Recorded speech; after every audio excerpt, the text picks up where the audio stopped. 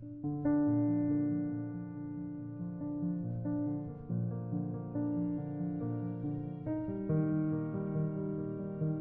everyone doing today? I was wanting to tell a little story about when I was younger. I had some stories I wanted to tell to not have to deal with Meghan Markle of it all this week. I know she's supposed to have her premiere tomorrow, or show drops or whatever. She is not one of my fan favorites right now. I don't understand how her and Harry can be so petty about money and fame and things like that. And then Harry goes and talks about his childhood like he didn't have a good childhood. You are the king's son. Really? Really? You didn't have a good childhood? Okay, you were the spare? The spare. I mean, and I've heard it said way before he was, an heir in the spare.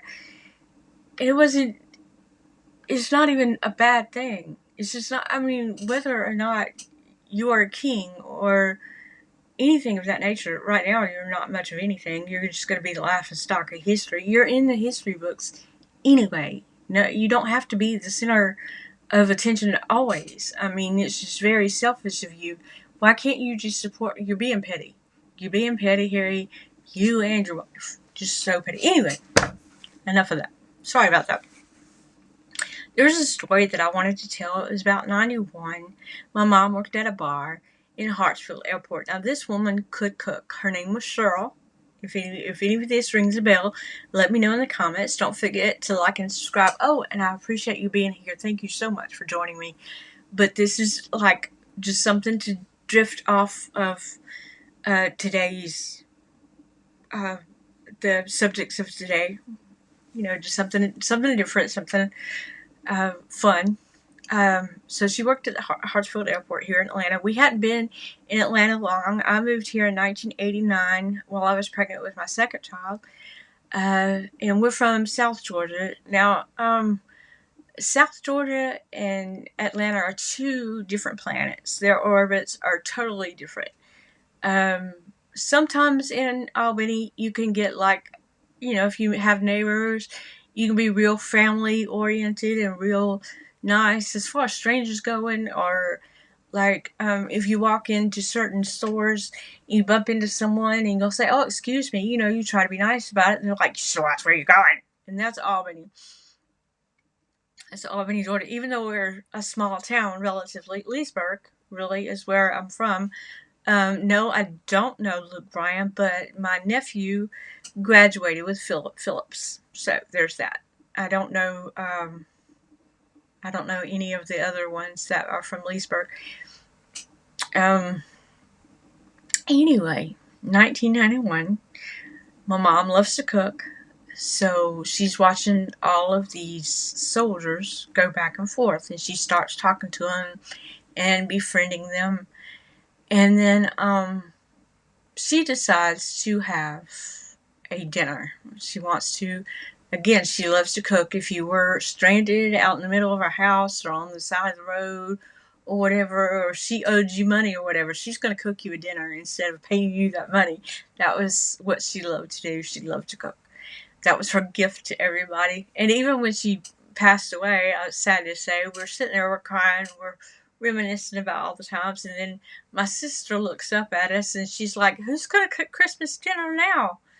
I mean, and then we start laughing, but not like her death was funny, but it was just something to think about. Nobody could cook like she could. Okay, back to the subject. So she works at Hartsfield Airport, seeing these soldiers go back and forth, and then she starts talking to some of them. She gets this brilliant idea to host a dinner for Thanksgiving for these soldiers. It was Thanksgiving for these soldiers before they head out to the Gulf War. So she gets nervous and she starts thinking about, well, maybe they're not even taking me seriously, but I'm going to cook anyway. We had so much food that day. I want to say that we did have turkey because it was Thanksgiving, but we had some kind of spaghetti. We had other stuff, beans and rolls and things like that, but we also had some kind of spaghetti. I think it was stuffed shells. She had cheese stuffed in some really big shells and then baked them in some spaghetti sauce. It was really, really good. I loved it when she made it. That was my favorite. That and bell peppers, stuffed bell peppers. I love the way she made some stuffed bell peppers. Um, but I wasn't there when they started coming in, but she said they started trickling in, two at a time, one at a time. By the time I got to her, it was kind of a full house. We had a full house. I don't remember how many. I want to say about 20 or 30 people were there. Little bitty, little bitty apartment in Riverdale. I can imagine what our neighbors were thinking. All these men. I don't think they were in their fatigues. All these men coming in and out. Just in and out of one apartment. I can imagine what they thought. Poor guys. um, yeah, it was just a lot of fun. It was something that she did kind of on a bigger scale than just us and the family. For Thanksgiving, we had a lot of soldiers in our house on Thanksgiving Day at night. I remember walking in and people were everywhere. I had different faces, different cultures, different backgrounds. It was awesome. It was an awesome sight to see. I was so proud of her just for doing that for those soldiers, to have them have a home cooked meal before they went out to the Gulf War. That was just awesome to me. I didn't get around to meet anybody. I'm very clumsy. So to walk in my house, some of the steps would have been like really, really awkward for me. And I was afraid to just bust my face. I talked to who I could. I don't remember any names. I don't remember. We didn't have cell phones back then. This is 91. So we didn't really exchange numbers, or, nobody was uh, cheating on their wives. If they had wives, they were all very cordial, very nice gentlemen. It wasn't that kind of thing.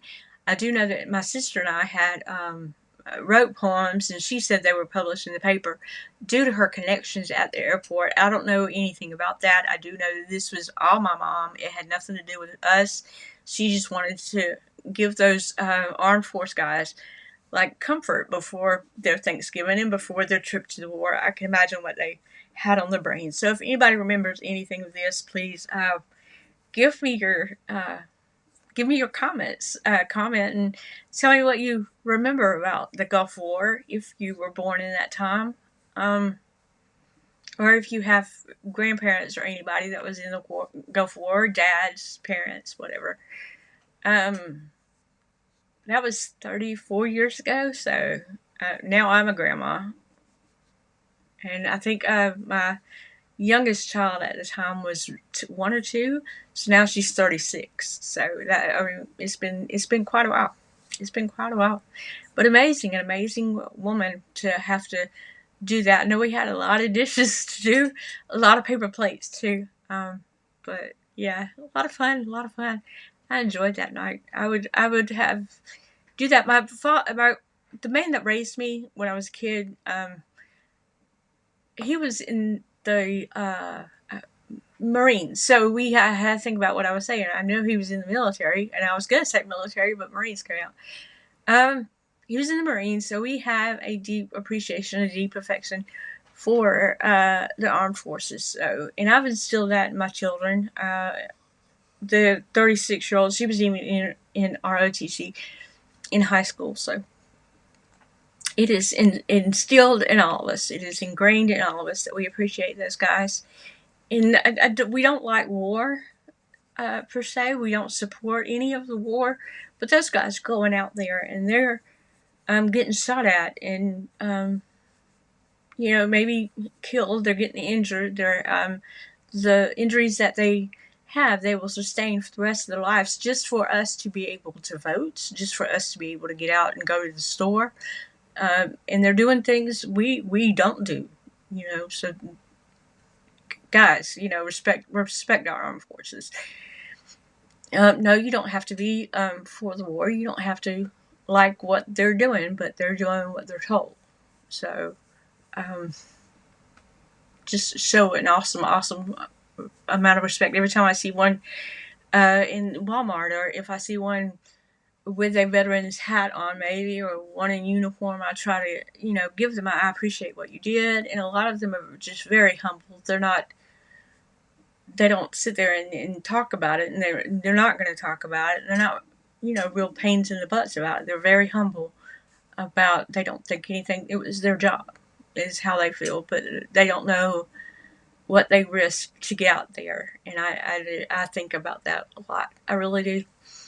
So that was my story of the day to distract us from the news of the world. I can't even keep up with any of the wars that has happened lately. Everything in our government, everything is so unstructured anymore that I can't.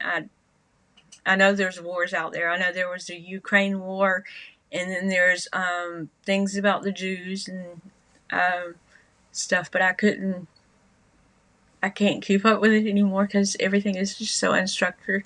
But I do appreciate you being here if you stayed here with me this long. Thank you again. Please like and subscribe my videos. Let YouTube know that I'm having viewer interactions as content creators. That's what YouTube's about. They want to know how many people are liking your videos, and they take that and they will recommend your videos. They will be on, recommendations for what to see next.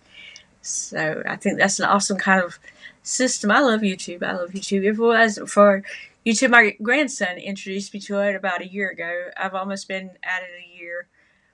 And I haven't done very good, but I think what my problem is that I've tried to copy certain things, and I just wanted to get my story out there, and thinking that I could be more authentic. I'm using Megan's word. Funny. But y'all do have a wonderful, wonderful week. My husband will be here, and at the end of the week, we're going to see my grandson. I'm so excited to see him. So excited. I wish he could have been there. You think about 34 years ago and my 11-year-old grandson, being there. I wish he could have been there to see all these people. But a different time, a different generation. Y'all have a wonderful day. Have a blessed, blessed week. Again, give me your memories about that time if you were alive. Let me know if anyone in your family went to the Persian Gulf War. Did anybody hear about this dinner with Cheryl in an apartment in Riverdale?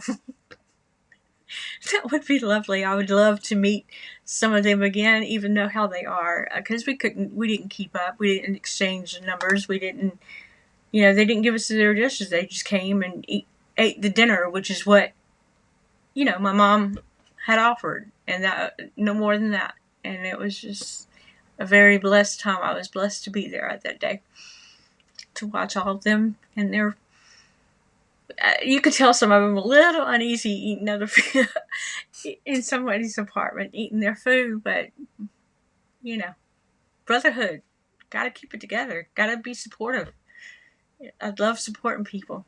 Y'all have a nice day. Thank you again for being here. Thank you for tuning in. Y'all have a great day. Bye bye.